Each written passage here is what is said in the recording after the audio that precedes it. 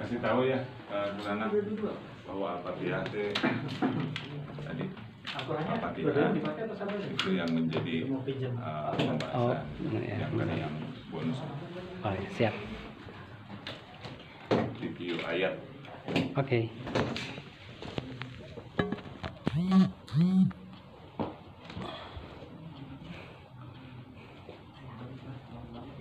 Bisa lebih tegak nggak antum?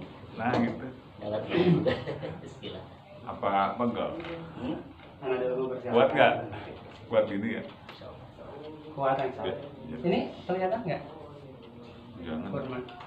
Dulu, jangan dulu. Juga di TTS. Santai.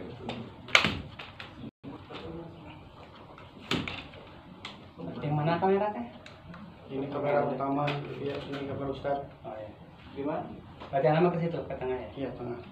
Ini tuh. Ustad ke kanan. Ustad kanan. Oh, nyampe di kanan. Aduh, Oke, sok gambar. Tenang.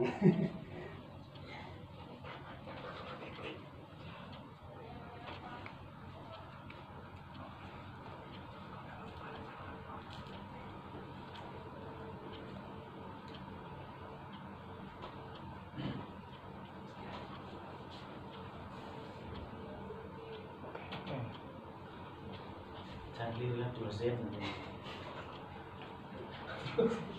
Udah ya, cukup ya.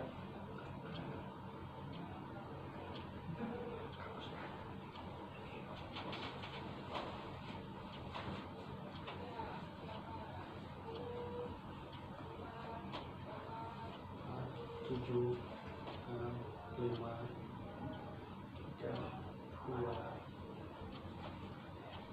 Baik, sahabat muslim dimanapun Anda berada, alhamdulillah kita akan masuk ke segmen yang kedua. Seperti yang Kak Nana dan Kak Ajam tadi janjikan bahwa di segmen kedua kita ada segmen tafsir Al-Quran ya. Jadi dari playlist surat atau ayat yang tadi di-request oleh sahabat muslim akan ada satu yang dibahas tafsirnya. Dan pada kesempatan hari ini yang akan kita bahas adalah tafsir surat Al-Fatihah ya. Yang pada kesempatan kali ini alhamdulillah sudah hadir di studio Ustadz Hatim Abdullah. Assalamualaikum Ustadz. Waalaikumsalam. Alhamdulillah sehat. Langsung saja para pemirsa MGTV kita akan mendengarkan tafsir Quran surat Al-Fatihah. Kami persilakan Ustadz. Bismillahirrahmanirrahim. Assalamualaikum warahmatullahi wabarakatuh. Waalaikumsalam. Alhamdulillah wassalatu wassalamu ala Rasulillah wa ala alihi wa sahbihi wa man tabi'ahum bi ihsanin ila yaumiddin. Allahumma shalli ala Muhammad wa ala ali Muhammad kama shallaita ala Ibrahim wa ala ali Ibrahim innaka Hamidum Majid. Ikhwata iman rahiman rahimakumullah, sahabat MGTV dimanapun berada. Alhamdulillah pada kesempatan yang berbahagia ini Allah Subhanahu wa taala pertemukan kita pada insyaallah kajian surat tafsir, namun secara ringkas insyaallah ya, karena satu surat langsung selesai karena insyaallah ya. Baik, ikhwata iman rahiman rahimakumullah. Pada kajian surat tafsir ini insyaallah kita akan bahas minimal ada 5 poin di sana. Ya, insyaallah 5 poin. Maka para pemirsa sekalian, para sahabat dan MGTV dimanapun berada, kita perhatikan bersama 20 menit ke depan insya Allah kita akan fokus kepada 5 poin yang berkaitan dengan surat Al-Fatihah ini. Dan alhamdulillah telah dibacakan oleh tadi pas request tadi saya siapa tadi? Ustaz Fahrul. Ikhwata iman rahiman rahimakumullah. Ya, 5 poin tersebut ya kita akan bersama. Yang pertama kita akan bahas dari surah Al-Fatihah ini terkait dengan manzilahnya, kedudukannya. Yang kedua kita akan bahas sedikit secara global tentunya tentang hukum membacanya di dalam sholat. Ya.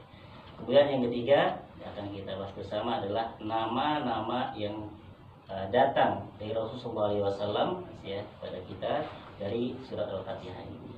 Kemudian yang keempat yang akan kita bahas adalah jumlah ayat dari surat Al-Fatihah. Karena Ada ternyata sedikit tidak- perbedaan. Iya, perbedaan ternyata ya dari Al-Quran.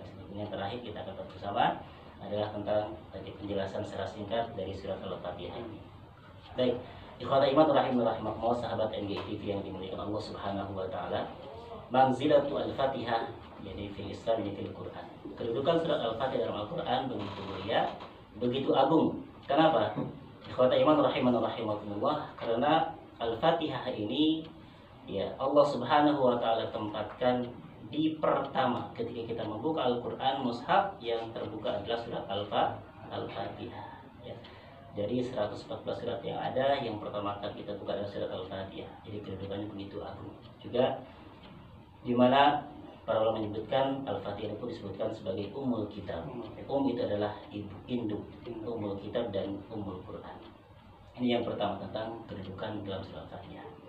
Nah, ikhwata iman rahimakumullah, juga masih masuk sebetulnya dalam kedudukan surah Al-Fatihah ini ketika digandengkan dengan sholat. Ya, kenapa ikhwata iman rahimakumullah? Ternyata setiap muslim yang dia sudah balik, sudah akil, sudah wajib sholat padanya ikhwata iman, tidak luput darinya minimal ada 17 kali ya, dibaca oleh seorang muslim, oleh seorang mukmin di dalam sholatnya. Ini pun menunjukkan keagungan surat Al-Fatihah, di mana tidak semua surat. Di sana ada juga surat ayat kursi, ada ayat surat Qul huwallahu ahad, itu pun sama. Bukan berarti misalkan dengan yang lain, namun Al-Fatihah ini begitu agungnya. Kenapa? Al-Fatihah tadi dibacakan di setiap rakaat sholat minimal 17 kali. Nah, yang kedua ikhwata iman, hukum dalam membaca Al-Fatihah ini. Nah, ikhwata iman, para ulama menyebutkan bahwasanya hukum ya bagi seorang muslim untuk membaca Fatihah ini ya secara global disebutkan bahwasanya hukum membaca Fatihah dalam sholat itu adalah wajib, bahkan dikatakan sebagai rukun dari rukun-rukun sholat. Kenapa? Nabi kita alaihi salatu wasallam menyebutkan ya dalam hadis yang sahih, la sholata liman lam yaqra bi Fatihatil kitab. Ya, tidak ada sholat atau tidak sah sholat seseorang ya liman lam yaqra bi Fatihatil kitab, bagi siapa yang tidak membaca Fatihatul kitab, yaitu surat Al-Fatihah. Jadi begitu mulia dan begitu agungnya kedudukan Al-Fatihah dan tadi hukum dalam membacanya. Terlepas dari khilaf baik imam atau makmum seperti itu, walaupun di sana ada khilaf, makmum kadang ada yang tidak membaca, kadang ada yang berpendapat bahwasanya qiraatul makmum qiraatul imam seperti itu. Qiraatul imam qiraatul makmum ya, bacaan imam itu sudah di-cover oleh imam ya. Tapi terlepas dari itu ikhwata iman rahimakumullah, karena di sana ada sholat sir, ada sholat jahar. Ada dalam sholat sir semuanya sepakat untuk membaca surat Al-Fatihah.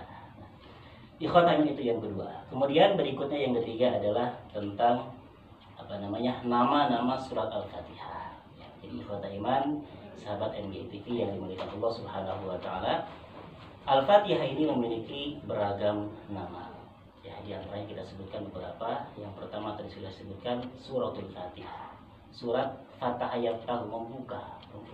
Dalam Al-Quran ketika dibuka, tadilah Al-Fatihah yang muncul. Jadi dinamakan surat Al-Fatihah. Kemudian dinamakan juga dengan Ummul Quran atau Ummul Kitab. Ya, di mana intisari Al-Quran, intisari Al-Kitab sebetulnya sudah ada pada surat Al-Fatihah. Apakah sudah cukup dengan Al-Fatihah? Oh, tidak juga. Karena menggambarkan isi global dari Al-Fatihah ini yang banyaknya 7 ayat ya, itu menggambarkan isi dari Al-Quran dari 30 juz ini yang banyak ya. Maka ikhwata iman, begitu agung tadi yang namanya surat Al-Fatihah. Nah, kemudian nama-nama lain surat Al-Fatihah diantaranya adalah Ar-Ruqyah ya, dinamakan juga Ar-Ruqyah. Kenapa? Karena surat Al-Fatihah ini bisa digunakan dan bisa dijadikan sebagai ayat untuk meruqyah. Seperti dahulu para sahabat yang pernah meruqyah dengan surat Al-Fatihah ini, dan alhamdulillah dengan izin Allah sembuh. Ya. Kemudian nama lain juga dinamakan Al-Fatihah itu adalah surat Asy-Syafiyah, surat yang menyembuhkan dengan izin Allah Subhanahu wa taala. Berikutnya ada lagi nama Al-Fatihah itu bernama dengan surat Sab'ul Masani. Ya, Sab'ul Masani itu itu 7, Masani diulang-ulang, 7 ayat yang diulang-ulang. Kapan? Itu pada sholat. Ketika sholat selalu diulang-ulang Sab'ul Masani. Kemudian yang terakhir ada juga nama Al-Fatihah ini adalah namanya as-sholat. Ya, sholat Ini dinamakan juga surat Al-Fatihah. Kenapa? Dalam hadis Nabi menyebutkan, ya qasamtu sholata nisfain. Aku bagi sholat dengan 2 bagian. Ini maksud apa? Sholat di sini adalah Al-Fatihah. Ya. Nah, ikhwata iman rahimahullah. Ini yang ketiga. Kemudian yang keempat, poin yang keempat adalah ada 2 ayat-Fatihah, jumlah ayat Al-Fatihah. Ya. Di awal tadi kita sebutkan, ya semua kita tahu dan hafal, baik dari mulai anak-anak TK sampai yang dewasa, lansia pun mungkin hafal masih dari Al-Fatihah ini. Ternyata ayatnya pun berbeda. Tadi jumlah ayatnya, para ulama berpendapat bahwasanya jumlah surah Al-Fatihah itu sepakat ada 7 ayat. Namun ada perbedaan. Apa perbedaannya? Bismillah itu bagian dari Al-Fatihah atau bukan? Itu masalahnya. Nah, ikhwan iman rahimahullah, Imam Syafi'i rahimahullah yang mengatakan bahwasanya Bismillah itu bagian dari surat Al-Fatihah. Adapun jumhur menyebutkan bahwasanya Bismillah itu ayat tersendiri yang terpisah dari surat Al-Fatihah. Namun secara global jumhur ulama menyebutkan Al-Fatihah jumlahnya ada 7 ayat. Terlepas dari tadi Bismillah masuk bagian dari ayat atau bukan. Namun jadi pertanyaan, ketika Bismillah dimasukkan kepada Fatihah, terus kok bisa jadi 7? Atau jadi 8 seperti itu. Ternyata pada ayat terakhir siratal ladzina an'amta 'alaihim ghairil maghdubi 'alaihim waladdallin, itu untuk yang menyebutkan Bismillah bukan bagian dari Fatihah, itu jadi 2, ayat 6 dan 7. Siratal ladzina an'amta 'alaihim ayat ke-6, ghairil maghdubi 'alaihim waladdallin ayat ke-7. Itu yang keempat. Dan kita masuk kepada tafsir secara singkat, menjelaskan secara singkat ikhwata iman rahimakumullah dari surah Al-Fatihah ini. A'udzubillahi minasyaitonirrajim. Bismillahirrahmanirrahim. Sebelum kita membaca, disyariatkan untuk membaca ta'awudz. Di mana Allah sebutkan, "Fa idza qara'tal Qur'an fasta'idz billahi minasyaitonirrajim." Sebelum membaca Al-Qur'an, maka berta'awudz. Bismillahirrahmanirrahim. Ya, bismillah dengan menyebut nama Allah Subhanahu wa taala. Ya. Di sini mengandung kalimat dengan menyebut nama Allah. Ini isti'anatan billahi subhanahu wa ta'ala, dengan memohon pertolongan kepada Allah Subhanahu wa ta'ala. Seperti kita dianjurkan ketika melakukan sesuatu yang baik untuk mengucapkan bismillah. Kenapa? Karena tanpa pertolongan Allah Subhanahu wa ta'ala kita tidak bisa melakukannya, termasuk membaca surat ini, bismillah. Kemudian lafdzul jalalah, bismillah Allah. Ya, Allah merupakan salah satu dari nama-nama Allah Subhanahu wa taala yang mulia, yang luhur, di mana terkandung sifat al-ma'lum, ya, yang diibadahi, ya, yang disembah. Kemudian Ar-Rahman Ar-Rahim, ini pun merupakan nama Allah Subhanahu wa taala yang memiliki sifat Ar-Rahman. Namun apa bedanya Ar-Rahman dan Ar-Rahim? Ya, Ar-Rahman dan Ar-Rahim, ya, sifatnya sama, rahmat, kasih sayang, namun ada perbedaannya. Kalau Ar-Rahman, ya, itu ya, kasih sayang Allah Subhanahu wa taala yang khusus di dunia, namun umum untuk segenap makhluk Allah Subhanahu wa taala, baik yang mukmin, yang kafir, baik manusia, jin, hewan, dan lain sebagainya, umum. Namun khusus di dunia. Adapun Ar-Rahim, kasih sayang Allah Subhanahu wa taala yang umum, dunia dan di akhirat. Namun khusus bagi siapa? Orang-orang mukmin, orang-orang muslim. Berikut ikhwan iman rahimakumullah, alhamdulillahirabbil alamin. Ya, segala puji milik Allah Subhanahu wa taala. Kenapa kita sebutkan segala puji? Semua pujian. Di sana kalau kita lihat ada alif lam al. Di mana al dalam bahasa Arab dikatakan lil istighraq, mencakup umum. Semua pujian lillahi rabbil alamin, milik Allah Subhanahu wa taala, rabbul alamin. Rabbul alamin yaitu yang menguasai, ar-rabb wa al-murabbi al-mudabbir, yang mengatur, yang mengurus, gitu kan, berikan rezeki semuanya Allah yang mengatur. Rabbul alamin, al-alamin. Siapa al-alamin? Fa kullu ma siwa Allahi alam. Maka semua selain Allah fahuwal alam, itulah alam. Ini sudah jelas. Di sini tentang rububiyah Allah Subhanahu wa taala. Segala puji bagi Allah Subhanahu wa taala yang meraja, yang mengatur, yang mengurus milik semuanya. Semua selain Allah itulah alam. Ya, jin, malaikat, kita manusia dan semuanya. Kemudian ikhwata iman rahimakumullah. Ya. Ar-Rahman Ar-Rahim, ini sudah tadi pada bismillah, ya. Di mana Ar-Rahman dan Ar-Rahim merupakan nama-nama Allah Subhanahu wa taala. Dan satu kaidah yang harus kita pahami, setiap Allah Subhanahu wa taala di dalamnya mengandung sifat. Jadi tadi seperti Allah itu nama Allah, sifatnya Al-Ma'lum. Ya, Al-Ma'lum. Ar-Rahman Ar-Rahim itu nama Allah. Sifatnya apa? Ar-Rahmah, kasih sayang. Kemudian Maliki Yaumiddin. Ya, Maliki Yaumiddin, Allah lah yang Maha merajai pada hari pembalasan di hari kiamat. Kalimat Malik di sini ikhwata iman rahimahullah di sana bisa dibaca dengan dua qiraat. Dua-duanya sahih, satu dengan mad Maliki Yaumiddin dan Maliki Yaumiddin. Keduanya diperbolehkan, itu sahih. Nah, ikhwata iman rahimahullah, maka pada kalimat ayat yang keempat ini Maliki Yaumiddin, dialah Allah Subhanahu wa taala yang betul-betul nampak ya kekuasaan dan kerajaannya nanti di hari pembalasan. Ada pertanyaan, kenapa sekarang tidak dinamakan dengan Malik? Bukan berarti sekarang bukan Malik, tetap Allah Malik. Namun hari ini masih banyak manusia-manusia durjana yang mampu dirinya sebagai penguasa dunia, ya, yang ingin menaklukkan dunia, semua manusia ingin tunduk kepadanya. Namun nanti di hari akhir, di hari pembalasan, Allah katakan, ya, limanil mulkul yaum. Milik siapa kerajaan hari ini? Lillahil wahidil qahhar. Maka hanya milik Allah Subhanahu wa taala yang Maha Kuat, yang Maha Perkasa. Maka ikhwata iman, saat nampak nanti pada yaumuddin, pada hari pembalasan, pada hari jaza, al-jaza min jinsil amal tentunya, ya, nanti balasan yang Allah berikan sesuai dengan amal kita hari ini sekarang di dunia. Kemudian ikhwata iman rahimahullah, iyyaka na'budu wa iyyaka nasta'in. Hanya kepadamu lah, ya, kami beribadah dan hanya kepadamu lah kami memohon pertolongan. Di sini ikhwata iman terdapat tauhid uluhiyah. Gimana? Di sana ada hak Allah Subhanahu wa taala, iyyaka na'budu. Hanya kepadamu lah ya Allah kami beribadah. Jadi di sana faidah lughawiyahnya, faidah balaghiyahnya, balaghah. Di sana taqdim wa haqq ta'khir. Dikedepankan, didahulukan yang harus di akhir. Padahal ketika dalam tarkib nahwu yang biasa, na'budu iyyaka, beribadah kepadamu. Tapi ketika ma'mul jadi kedepankan iyyaka na'budu, di sana ada al-hasr, ya, pembatasan, pengkhususan. Bagaimana diterjemahkannya? Hanya kepadamu beribadah. Demikian juga iyyaka nasta'in, dan hanya kepadamu lah ya Allah kami memohon pertolongan. Ikhwata iman rahimakumullah.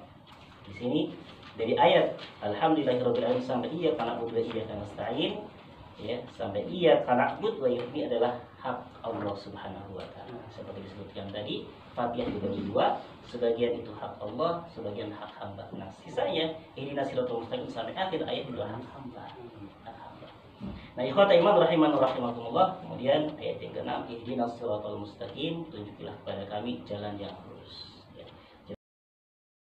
Dan yang iman, ya, Allah sebutkan dalam ayat yang lain, wa anna hadza sirati mustaqiman fattabi'u fala tattabi'us subul. Nah, ternyata ikhwata iman rahimakumullah, ini ketika Nabi sallallahu alaihi wasallam menjelaskan ayat tersebut di hadapan para sahabat, Nabi menggariskan garis yang lurus di pasir. Gariskan lurus, kemudian menggariskan garis yang berbelok kanan kiri kanan kiri.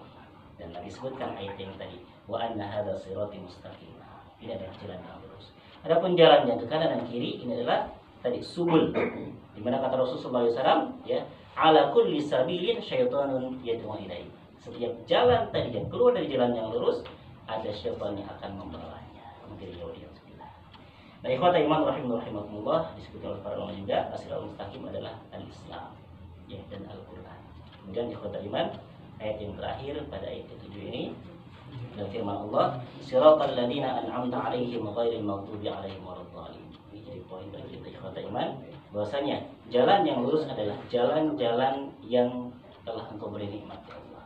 Ya, an'amta ghairil maghdubi 'alaihim waladdallin, bukan jalan orang-orang yang maghdub, yang dibenci, waladdallin, bukan pula jalan orang-orang yang sesat.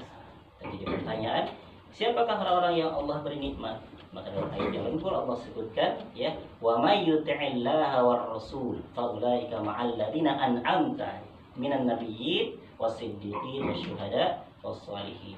Jadi ketika kita mengikuti, ya, jalur mereka para nabi, para siddiqin, para syuhada dan para sholihin, kemudian di awal disebutkan wa may yuti'illaha war rasul, dengan syarat kita taat kepada Allah dan Rasulnya, maka insya Allah bersama orang yang diberi nikmat, bukan orang yang dibenci dan bukan orang yang tersesat. Orang yang dibenci adalah, ya, para ulama menyebutkan mereka orang-orang yang berilmu.